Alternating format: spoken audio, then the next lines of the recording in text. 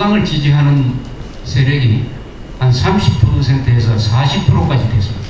30%에서 40%까지 됐어요. 그리고 천안함 폭침을 못 믿겠다고 하는 사람이 30%가 됐어요. 그리고 6.25 전쟁의 책임이 북한한테 있지 않다고 생각하는 사람이 40%쯤 됐어요. 여기다 하나 더 붙인다면은 인천 상륙작전이 적화통일을 막고 분단을 고착시켰다 해가지고 비판적으로 보는 사람이 한 30%가 됐어요. 이런 여러 가지 여론조사를 종합하면은 30% 내지 40%의 한국 사람들, 약 1000만에서 1500만 명 사이의 요 한국 어른입니다. 유권자들입니다. 이 사람은 경우에 따라서는, 상황에 따라서는 북한 편에 설 가능성이 있다. 이렇게 됩니다. 북한 편에 설 가능성이 있다. 상황에 따라서는 전제 조건이 제가 있어요. 그 30%가 항상 북한 편에 선다고 하면 대한민국은 이미 끝났죠. 상황에 따라서는, 그 상황에 따라서는 뭐냐? 선동을 한다든지, 아니면 북한이 남한에 대해서 이상한 제안을 한다든지, 아니면 전쟁을 해가지고 서울을 포위를 했다든지, 이런 특수한 상황에 따라서 이 30% 내지 40%의 한국 성인 인구는 북한 편에 설 가능성이 있는 상황으로 되어 있습니다. 지금 한국이. 그것을 언제 확인했느냐? 천안함 사건과 그 잇따라 일어난 지방선거를 통해서 우리가 확인을 했어요. 그러면은 김일성의 3년 전의 예언이 상당 부분 들어맞았다는 거예요. 그럼 이 상황에서 예컨대 남한에 2012년에 민노당과 민주당이 공동정권을 만든다. 공동정권을 만든다. 가상을 한번 해봅시다. 이 공동정권이 되면은 요 앞에 김대중, 노무현은 민노당을 끌어들이지는 않았습니다.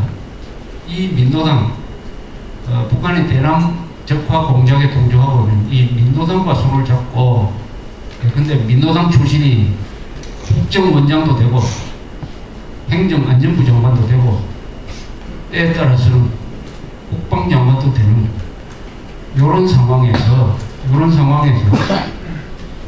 북한이 민주당, 민노당 공동정권과 미리 조율을 하고 이런 제안을 합니다. 우리 연방제 통일을 할 것인지 아닐 것인지를 남북한이 총선거를 통해서, 그것도 인구 비례의 총선거를 통해서 결정합시다라고 딱 제안을 하면 어떻게 되겠습니까? 어떻게 되겠습니까? 그럼 총선거가 이루어진다고 하면 어떻게 되냐? 현 상태에서 그럼 어떻게 되느냐? 그런 제안을 해줄 때 어떻게 되느냐? 이제 민주당, 민노당 정권이 좋다. 모든 통일은 민의를 존중을 해야 되니까 우리 그런 선거 한번 해봅시다 해가지고 받아버리면 어떻게 됩니까? 받으면은 민주당, 민노당 지지 세력과 북한의 2,300만. 그럼 북한, 우리가 모든 선거는 선거운동이 필요한데 남한 사람이 2,300만 북한 주민들을 상대로 선거운동 할 수 있겠습니까?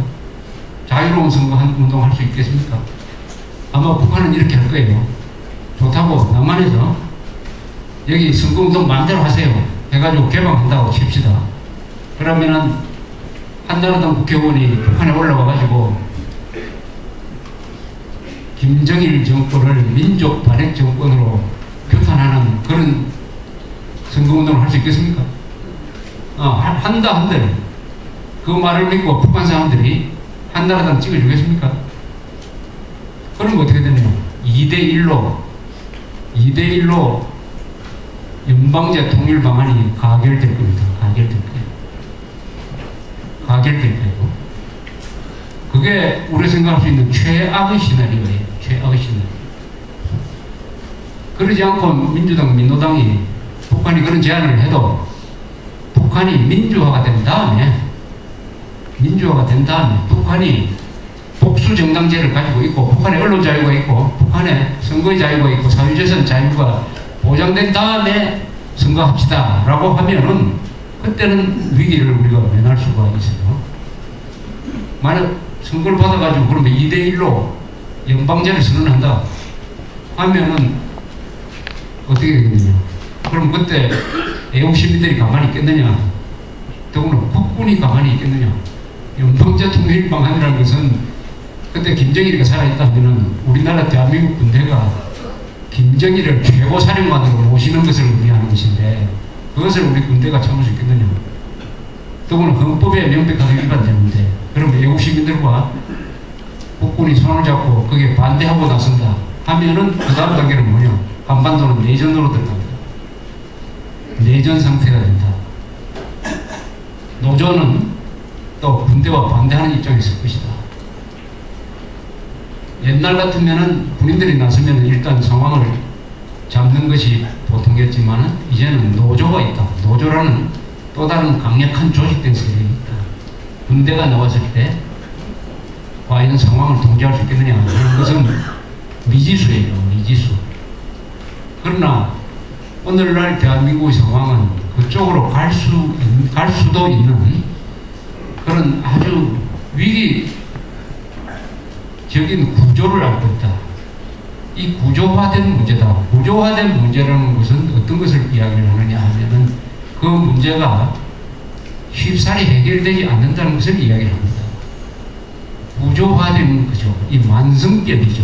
감기는 치료하면 일주일 만에 낫습니다. 그러나 암은 수술을 해도 한참 걸려요. 또 재발할까 위험이 됩니다. 왜냐하면 암은 구조적인 병이고 이 감기는 그런 병이 아니기 때문입니다. 오늘날 한국이 안고 있는 이 문제는 구조적인, 세대적인, 문화적인 뿌리가 확실하게 있는 또 북한이라는 존재와 연결된 구조적인 것이다 하는 것을 우리가 실감을 하게 되었습니다. 그러면은 왜 이런 사태가 지난 30년 동안에 일어나느냐 하는 것은